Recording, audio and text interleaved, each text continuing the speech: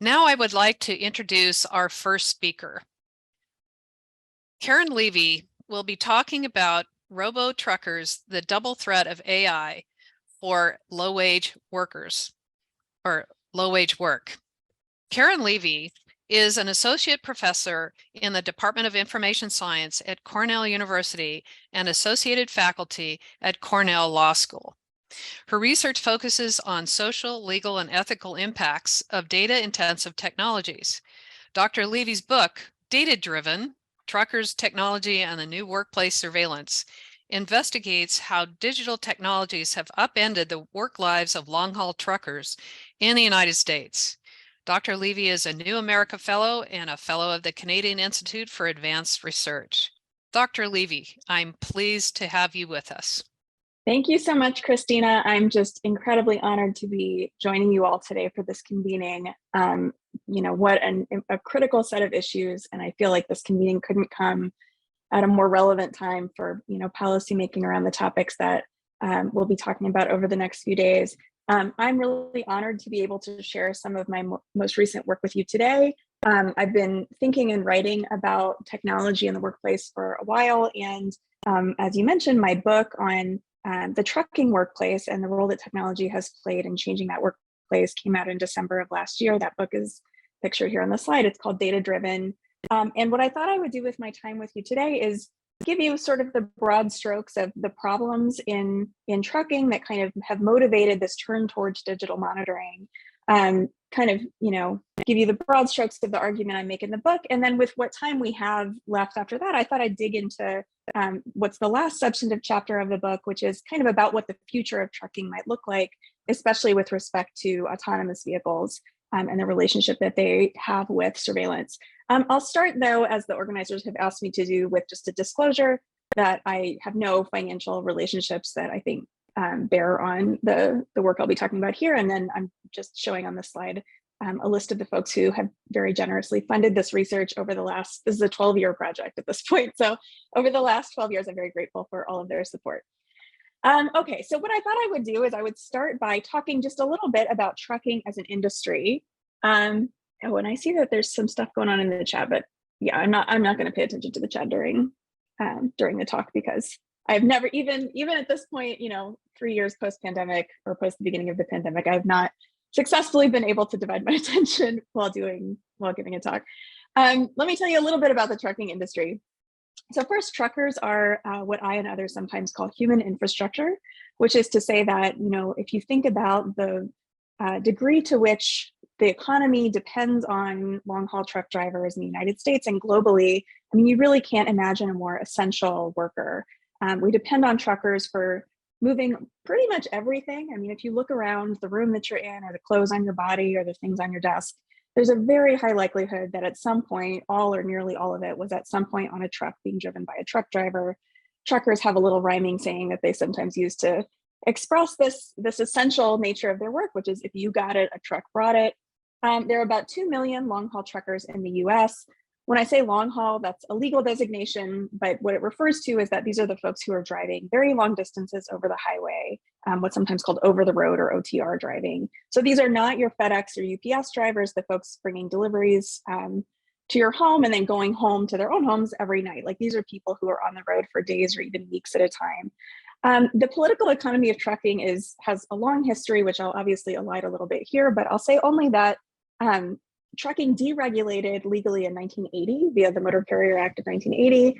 What that meant is that prior to that time, trucking was a regulated industry. The federal government played a role in deciding which companies could, who could run a trucking company, how many trucking companies there were, what the rates they could charge were. Everybody had to charge standard rates. And that all went away in 1980. And that resulted in a lot of things. One of the important things for our purposes that it resulted in was very high competition among trucking firms. So there were lots of bankruptcies. The cost of shipping went down really quite precipitously, which in some sense was good for consumers. But it also meant that truckers' wages declined really in an extremely stark way. So truckers in 1980 made roughly double what they make now. They made about $110,000 in 1980 in today's dollars. Now they make about $47,000, $48,000 is the average. And that number has been quite stagnant for the last decade or so. Related to the kind of the very stagnant wages in trucking. There's what some in the industry would call a driver shortage. Drivers would be very quick to correct you that they would call it a wage shortage, not a driver shortage. There are plenty of qualified drivers. They just won't work for those wages. And very high turnover in the industry. So the turnover rate in trucking is close to 100% a year for large carriers. This means on average, of course, that every driver is leaving their firm about every year and either leaving the industry altogether or going to work for another company. There's more we could say about that, but for the sake of time, I'll just note that, you know, some of that, of course, has to do with the fact that this is just a very, very difficult life for these workers. It's very hard to, you know, do trucking work over the long term, in part because they're underpaid, they're living on the road all the time, away from their families. You know, truckers have a higher than average incidence of pretty much every physical and mental health condition you can think of. They have shift work syndrome. They have, you know, they have a very hard time getting to doctors or like scheduling themselves in advance to go to dentists, things like that. They have the 6th highest rate of occupational fatalities in the United States. It's a really, really, really hard job. Despite that, though, or maybe alongside that, trucking culture is very proud. So if you talk to truckers about why they got into the industry, why they do the work they do, many of them will tell you it's because there's something about the freedom of the road or the autonomy of the occupation or the idea that nobody is looking over their shoulder, right, when they're doing their work. I can't tell you how many times people have told me that. You know, that's really prized, especially among workers for whom there are maybe not that many other options that are particularly attractive. Some of them have worked in factories or in farms or in warehouses and have really struggled, I think, with the culture in those places. And trucking kind of has historically allowed them a freedom that they found difficult to attain in other workplaces. This is also very tightly associated with manhood. So by the numbers, trucking is about a 95% male population. And masculinity as an ideology is also very, very acute in trucking. So truckers really value their physical stamina. There's a lot of, you know, stories that are told that sort of glorify the trucker, sort of paint him as a cowboy, something like that. I show these images sometimes in my talks, not to, of course, suggest that anybody that I have talked to in my studies has looked like either of these drivers, but to show you these are trucking images from the 1970s, which was kind of the heyday of trucking's kind of pop culture, like in song and movies and things like that. And I show these only because I think the cultural iconography of the industry tells you a little something about the way that truckers kind of paint themselves or paint their occupational identity. Of course, there's a dark side to this too. The most notable of which for our purposes has to do with fatigue. So truckers have this very proud culture, they work very hard, but they are really notably overworked and underslept. There's another little rhyming saying in trucking, which is, if the wheel ain't turning, you ain't earning. And what that means is that truckers are paid by the mile. So the wage structure in trucking is that you get a certain rate per mile that you drive. So you're only paid for that time. You're not paid when you're stuck in traffic. You're not paid when you're loading or unloading. You're not paid when you're sleeping. You're not paid when you're in bad weather, right? There's all kinds of stuff that happens on the road, as we all know, that can impede, you know, your travel from point A to point B. But truckers are only paid when they're driving down the highway. And so, of course, they're incentivized to drive as much as they possibly can, even sometimes well past their physical limits. Truckers historically have gone to all kinds of lengths to stay awake and stay, as they sometimes put it, in the saddle, right? To work as hard as they can, keep moving as much as they can. There's, you know, we could go into this in more detail and we don't have time, but there's a very interesting history of some of the lengths that truckers have gone to. I think the only time in which this really has entered the public eye in a notable way was in the mid 2010s when the comedian Tracy Morgan was in a truck accident. His tour bus was in an accident with a Walmart driver who had been on the road for 28 hours. And there were fatalities in that accident. And Tracy Morgan was really severely injured. But of course, this is a longstanding problem. It's a problem about which all truckers are aware, but they feel incentivized to kind of stay on the road as much as they possibly can because they need to do that to keep the lights on at home. Now, the federal government, for its part, you know, thinks that maybe drivers shouldn't be allowed to drive as much as they possibly can, right? That there should be some safety related limits on how much drivers can drive. And there have been rules on the books since the 1930s that cap the number of hours that drivers can drive, kind of like, you know, airline pilots have. These are called the hours of service regulations. I will spare you like a deep dive into what the hours of service regulations require because it gets a little complicated, but it's basically that drivers can drive 11 hours a day, 70 hours a week. There are much more detailed kind of carve outs for various things, but we'll call it that for now. The more important thing to know is not what those numbers are, but how drivers keep track of how much they've driven. And since the 30s, the way that drivers have done that is via paper and pencil logbooks. They look like this. You can buy one of these at any, or you could until recently buy one of these at any truck stop for a couple of dollars, just a pad of these pieces of paper that look like this. We don't have time to go into detail about how exactly this document works, but it's pretty intuitive, right? You've got time in the middle there on what's called the grid graph, and you have various duty statuses. And the trucker just uses a pencil and a ruler to draw a line indicating when he's been driving, when he's been sleeping, or when he's been in other duty statuses, and then where he is when he changes duty statuses.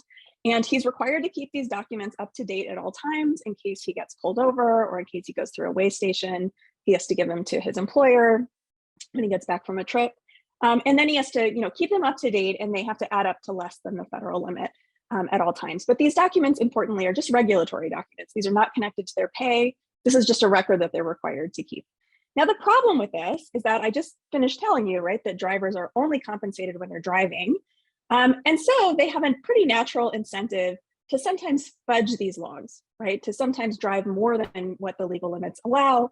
And they do that, of course, again, because they're economically incentivized to do so, and because the realities of the road often require that, right? If you are 20 minutes from a drop-off and you're out of driving time, there's no reason why you would stop then. And in fact, it's very difficult to find safe places to park for the night anyway. So what you are much more likely to do is just finish your trip and then make your paper log look as though you completed that trip legally. Now, if you think that this is a problem, right, like some people perhaps, not irrationally think that people shouldn't be lying on these logs, one solution, the solution to which the federal government has turned, is electronic logging instead. And so I've shown you, this is actually a pretty old example of what's called the electronic logging device, or ELD.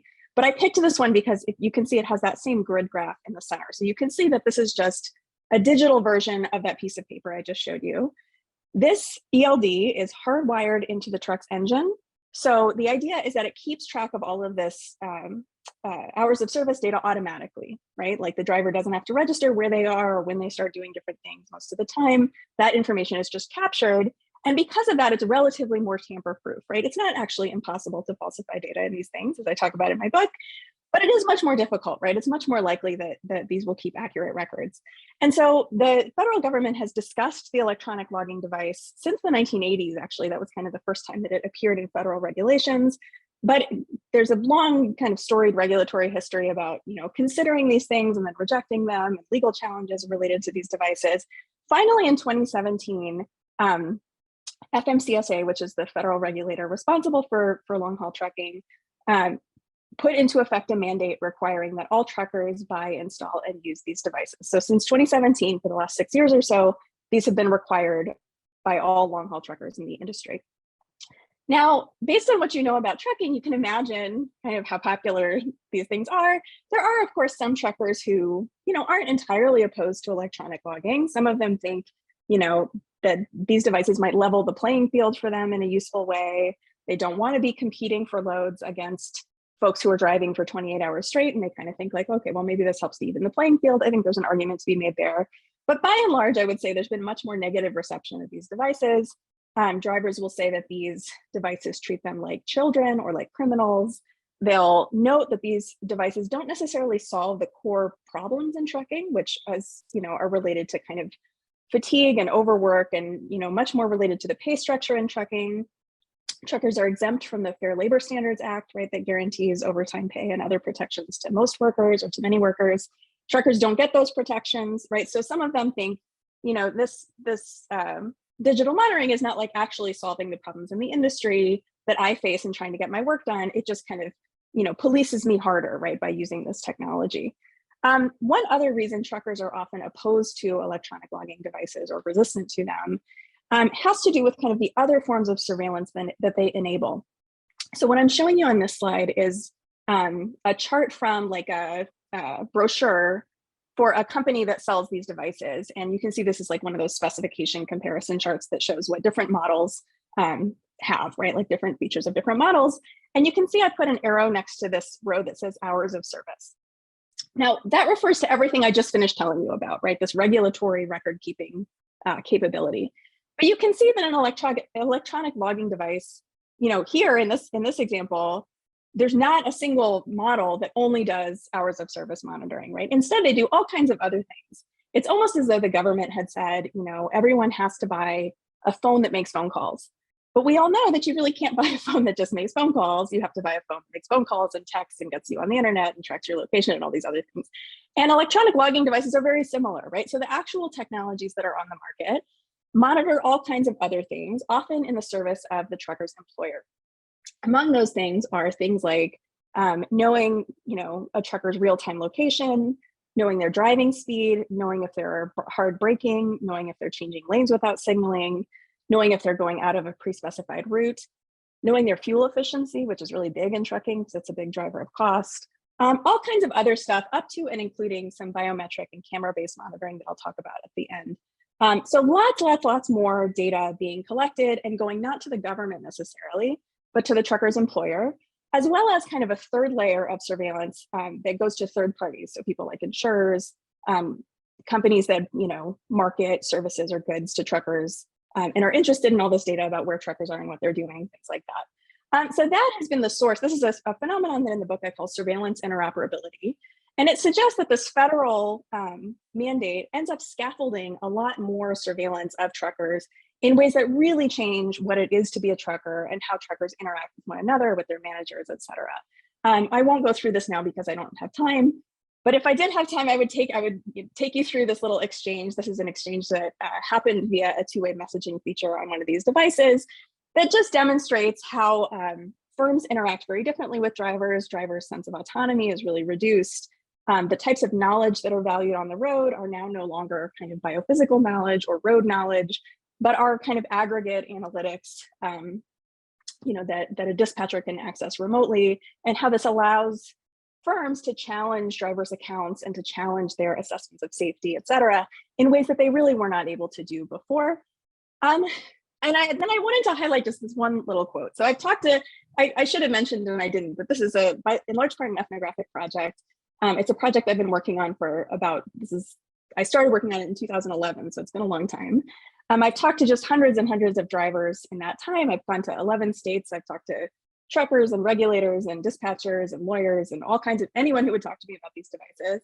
And I also did some analysis of the kind of regulatory process through which the ELD became mandatory. And there's there's lots of great comments, of course, that truckers submitted to the Department of Transportation while it has been considering these regulations. But there's just one I wanted to highlight here. This is a comment that a trucker submitted, I think in 2013, if I remember correctly, where the trucker says, he's opposed to the ELD mandate, and he says, "A computer doesn't know when we are tired, fatigued, or anything else. Any piece of electronics that is not directly hooked up to my body cannot tell me this." Now, I don't think what the trucker meant when they wrote this was like, you know what, I would prefer a piece of electronics that is directly hooked up to my body. Like, I don't think that was the vision of the future that this trucker, like the speculative future that he was envisioning as a positive outcome. But this ends up being sort of accidentally prescient in ways that I will now kind of turn to highlighting. So, sorry, excuse me. So in the book, I trace kind of the history of this device. I talk about its the way in which it's engendered change in how truckers are managed. I talk a lot about resistance in trucking. I catalog a whole bunch of different ways that truckers have pushed back against this device, both collectively and individually. I talk about its role in law enforcement interactions, right? Like, I talk just a lot about this electronic logging device and its history, and how it kind of exists as this economic and cultural object in trucking.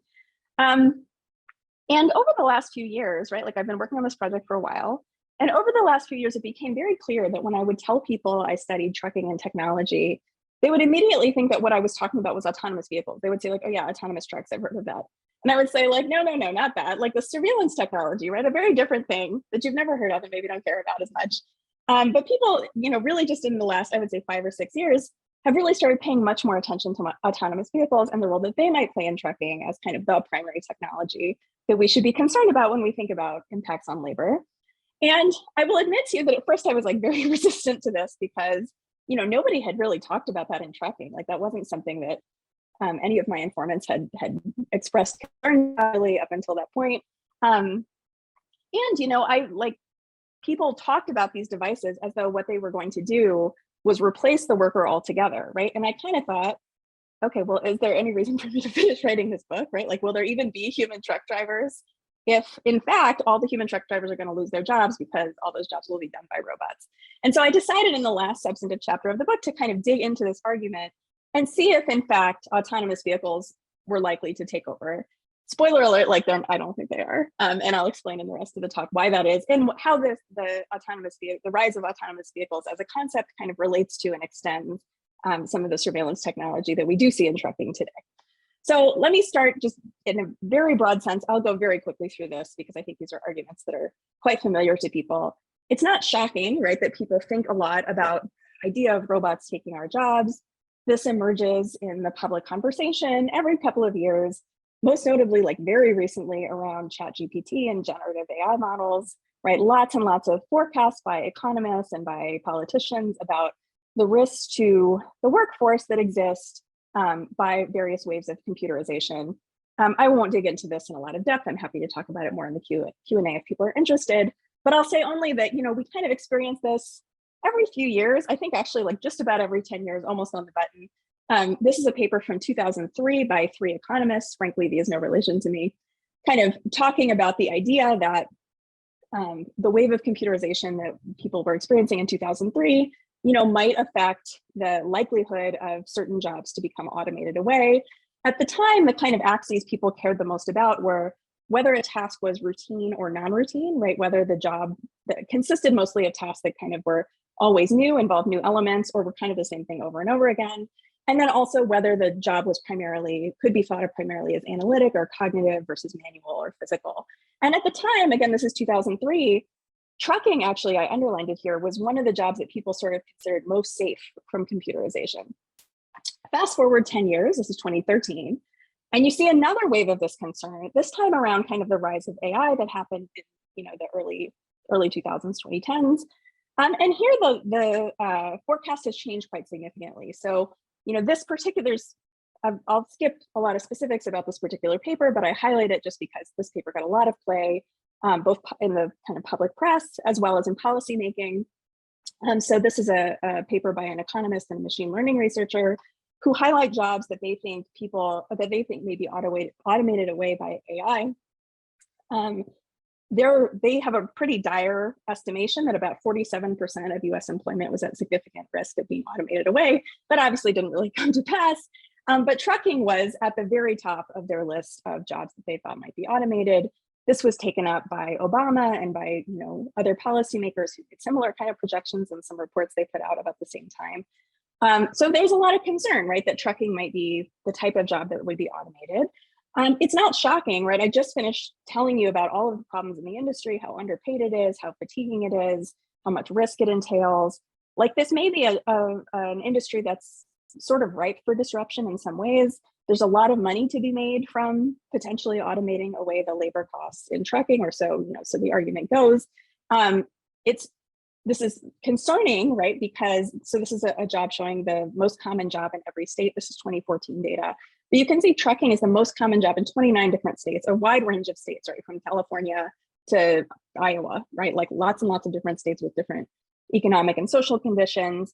But the concern, of course, right, that people raise at this time is that, you know, what happens if suddenly there's no more truckers, right? If there's kind of this massive industry-wide wave of unemployment. Alongside this, we start to see huge investment in self-driving car technology, and especially self-driving truck technology, for a variety of technical reasons that I'll sort of skip over here. People who work in autonomous vehicle technology put a lot of stock in self-driving trucks specifically, both because there's money to be made there from because of the trucking industry, and because the type of driving the trucks do over the highway is actually the kind of driving that autonomous vehicles are kind of better at doing. There are fewer pedestrians, right? The roads are a little bit more predictable generally than a city street. So there's a lot of investment by pretty much every tech company and a lot of startups in self-driving truck technology. Some big demonstration projects. Uber's self-driving truck unit, which is called Otto, does this like very highly publicized beer run where it's, I forget how many cans of Budweiser they deliver from point A to point B. Of course, the truck is accompanied by something like, I can't remember what it is. It's something like 2 tow trucks and 3 company cars and 4 state troopers or something. So of course it's just a, you know, kind of PR move, but the goal is to kind of, raise the idea that this might be what the future of trucking looks like. Now, in this whole narrative that's kind of unfolding around this time, the idea of kind of what happens to the trucker is that the trucker is basically displaced, right? Like I picked this image. This is from a Rolling Stone story that came out in maybe 2018 or so. And I really like this image because you can see in the picture, right? Like the trucker is physically out of the cab, right? He's been displaced physically and economically. He no longer has a job. And that's because his body is redundant and flawed, and he gets tired, and he has accidents, and he can't be trusted, right? Like this is the narrative. And the idea about autonomous vehicles is that it sort of does away with this set of concerns, right? It can just do all of these things that he can't do. Now, as may not surprise you, I am very skeptical about this narrative, as are lots of other people. Like it's certainly not, I think, only me that is skeptical about this narrative. But I do think that obviously we should keep technologically initiated unemployment in our sights, right? Like that's a real concern. We should be thinking about kind of how, from a policy perspective, we can prepare for potential mass unemployment events. But I also think that in the nearer term, I'm not that worried about truckers losing their jobs, at least not for a very long time. And what I think is maybe more interesting to look at, and what I'll talk about for the last few minutes of my talk, is what it might actually look like for truckers to integrate their work into machine labor, right? So it'll take a while before we get to fully autonomous vehicles for some reasons I'll explain. So what do we think human beings are going to do when they're working alongside this autonomous vehicle technology? And I think there are three possibilities we might think of. I'll just go ahead and spoil it for you and say the first two are not it, it's the third one. So I'll run through the first two though, because I think it can be instructive for thinking about maybe what's not happening or what's not happening in trucking. And then the third one is what actually we see happening in trucking when we think about the role that AI is playing in trucking labor today. I'll go through this quickly just for the sake of time. I'll just say, another reason I think we shouldn't necessarily be particularly worried about sort of a sudden shift from human to robotic labor in trucking, in part is because, it's pretty easy to break down a job into a list of tasks and say, okay, well, if computers can do these tasks, then therefore a person will no longer have a job. But we know historically, right, that oftentimes what happens is that the list of tasks that you can write down doesn't really fully encompass what it is that people are doing when they do a job. And that's certainly true in trucking, right? Like trucking includes a lot more than driving a truck. So truckers do things like, interface with customers and keep their cargo safe and change flat tires and secure loads to flatbeds and, all kinds of stuff, right? Some of which could eventually be automated away, but it won't all be automated away quickly or immediately. I'm showing, by the way, this is a little quote from Michael Polanyi's book, The Tacit Dimension, which kind of makes the argument that all work is like this, is kind of more art than science in a sense.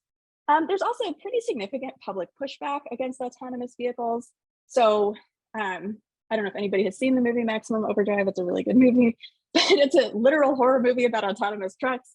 The fact that such a movie exists suggests that, it's playing on a fear that I think a lot of people have about the idea of being next to, a truck without a human on it on the highway that weighs 80,000 pounds.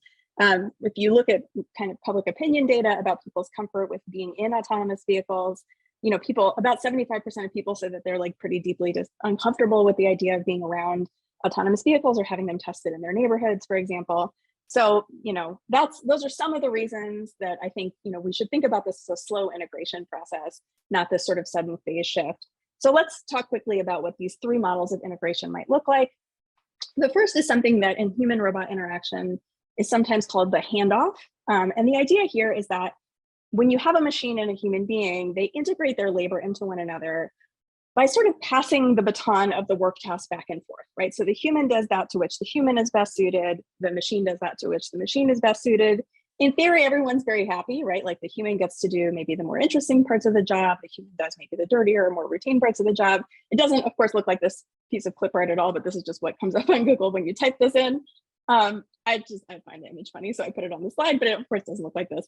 But there are contexts in which we have seen fairly successful handoff models in various industries, like surgery, for example. Like my dad just had a robotic surgery, right, where there was a human surgeon, but then there was some component of the surgery that was done by a robot.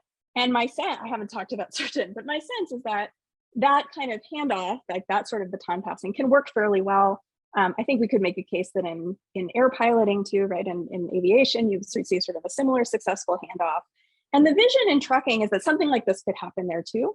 When you hear people talk about what that might look like, the idea is that the human trucker, is sort of freed up, unshackled from the wheel, as the American Trucking Association puts it here, gets to rest or do kind of higher order tasks while the machine is driving itself.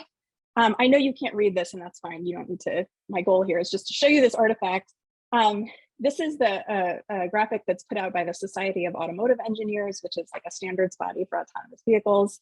And they break down autonomous vehicle technology into a series of levels. I'll spare you the details here, but I'll say only that one really critical thing to know about the current state of autonomous vehicle technology, we're currently at about a level 2.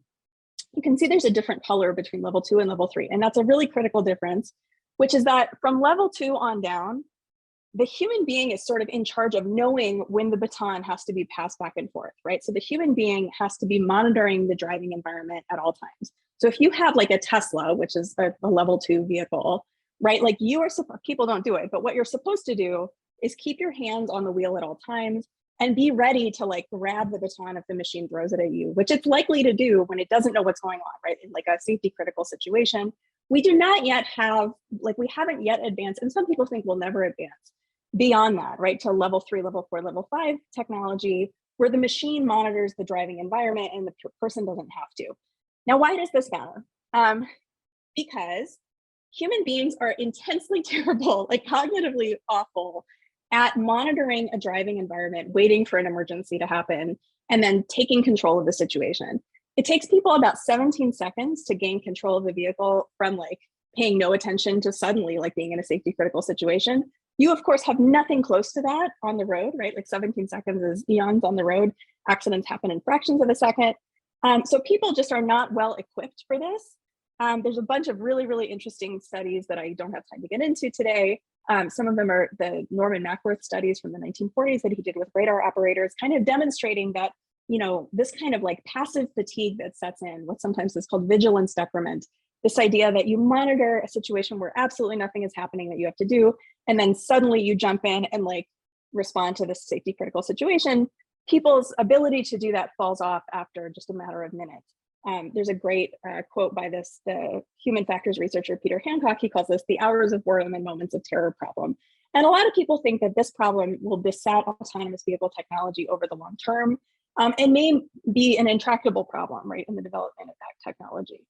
Okay, second possibility, I'll go through this also fairly quickly, is that we could think of the driving task not as being divided up between a human and a robot that are passing a baton back and forth in the moment, but more like how you and I might divide a road trip, right? Like if you and I went on a road trip together, I would drive from point A to point B, then we would have like a controlled kind of shift where I would get out of the driver's seat and you would get into it.